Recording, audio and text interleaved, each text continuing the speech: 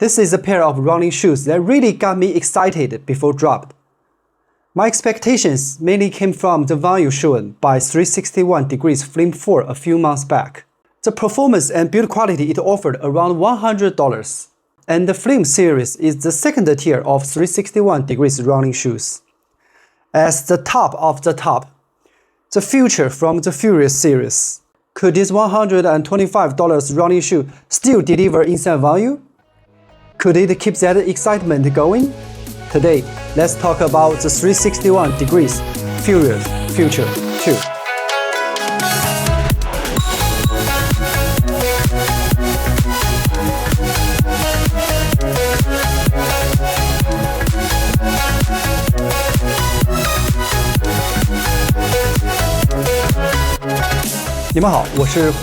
I created this channel to review running products from Chinese brands and improve my English speaking. Before I get into my thoughts on the 361 Degrees Furious Future 2, I do want to go over some disclosures. No one's paying me to make this video, and I bought this pair with my own money. Money doesn't grow on trees, so I will say what I have to say. Let's get into it from the specs. I'm really happy and kinda surprised to see a brand listing almost all the specs I care about. 361 Degrees tells us the forefoot stake height is 30.5mm and the heel is 36mm with a 5.5mm drop. If you have tried the Flame 4, the negative drop feel here is even more noticeable. 361 didn't just tell us the insole is a 3mm supercritical TPU based one.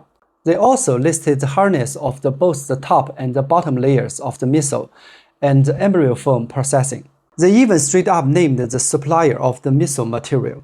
This Vestmade is the brand name used by German Evonik Industries, just like Pebax is the brand name used by French Arkema.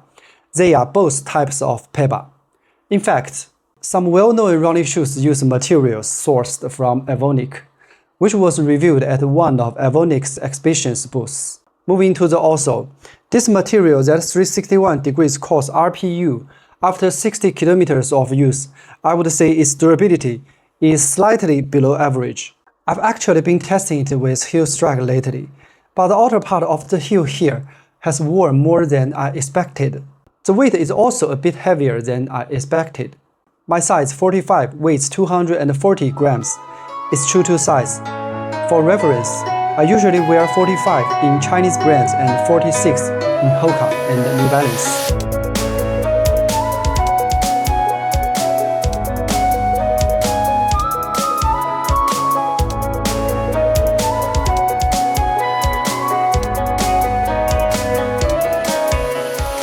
After the basics, let's take a look at the details.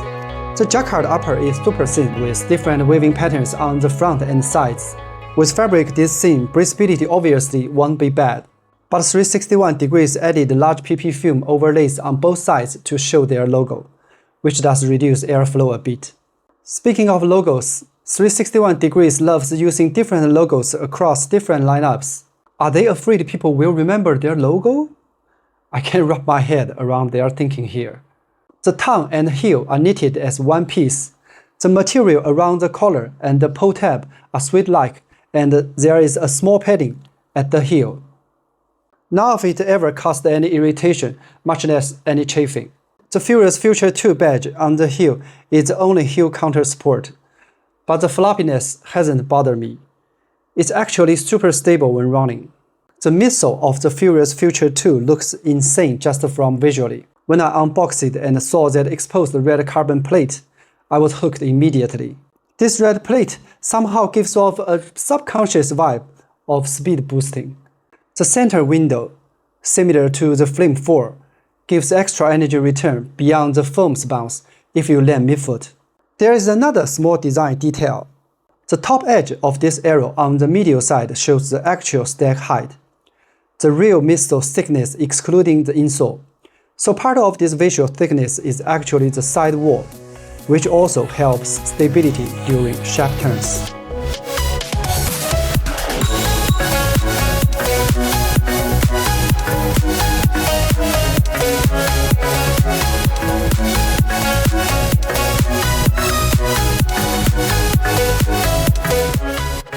With that out of the way, let's talk about the pros and cons of actually running in it. This shoe doesn't feel as aggressive as it looks. Is that good or bad? I think I should carefully discuss it, because we are dealing with a flagship race day shoe here, with its top layer foam at just 40C hardness, and the carbon plate placed closer to the ground. You get a lot of compression from the top layer while running. This deep compression delivers excellent cushioning that really saves your legs. Also, thanks to Evonik's advanced materials, this fat mid pad provides strong energy return. However, the energy return it provides decreases as your pace increases. At around 5 minutes per kilometer pace, it feels fantastic underfoot, soft, bouncy, and effortless. When I ran at 420 km pace, it starts to feel less lively underfoot, with less bounce and energy return. Then when I pushed even further to 330 per kilometer pace, the soft top foam just couldn't keep up. It felt dead, or like it was stuck between being compressed and decompressed. At that point, the shoe stopped pushing you forward with the foam rebound and relying more on the geometry of the midsole to roll you forward. Translating these paces to marathon finish times, runners finishing around 3.5 hours would probably enjoy and get more benefits from this shoe than those sub 3 or 2.5 hours marathoners. So, is this good or bad? In my understanding of a flagship race day shoe, I think this performance window is misplaced. Its peak should align with faster marathoners instead.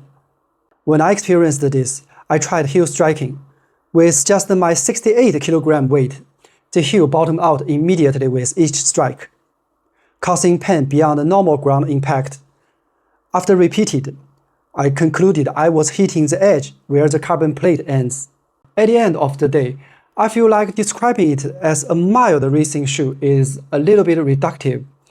It would be more accurate to call it a mild racing shoe best suited for forefoot and midfoot strikers. While wrapping up this video, I want to compare it with other shoes, starting with the 361 degrees Owen lineup. The Furious line is positioned above the Flame line. The Furious Future represents 361 degrees cutting-edge tech. Here comes the interesting part. Before the Furious Future 2 dropped, things were developing in order. If we rank them by usage threshold, from heaven to hell, it would be Flame 4 to Furious Future 1.5 to Furious 2. After I experienced the Future 2, the new order of usage threshold is Future 2 to Flame 4 to Future 1.5 to Furious 2.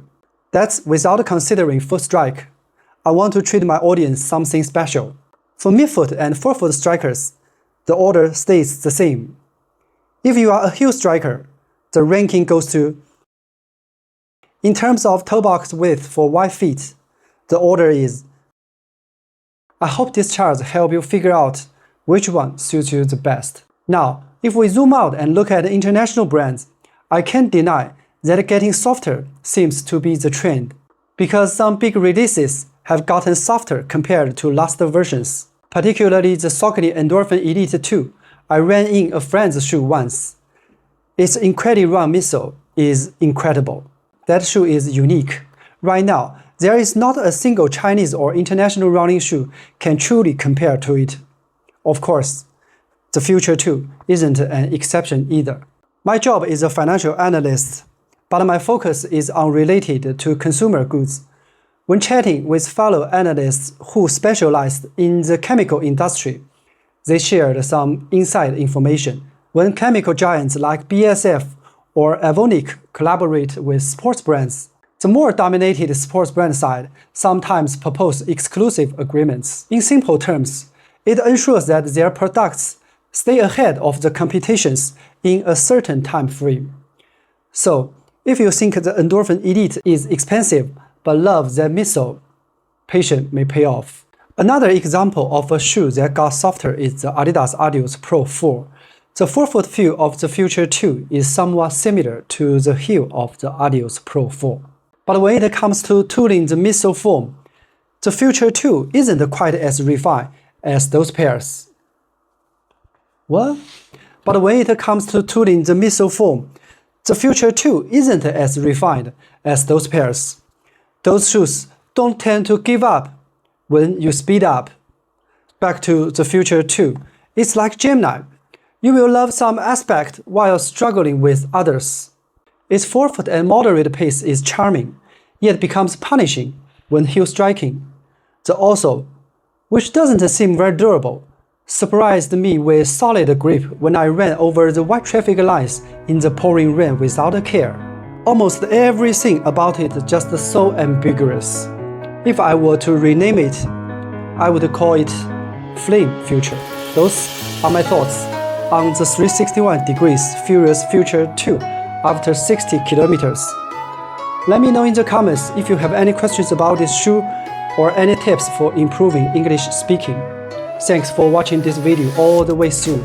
I'll bring you more about Chinese running products. Please follow me and hope you have a good one.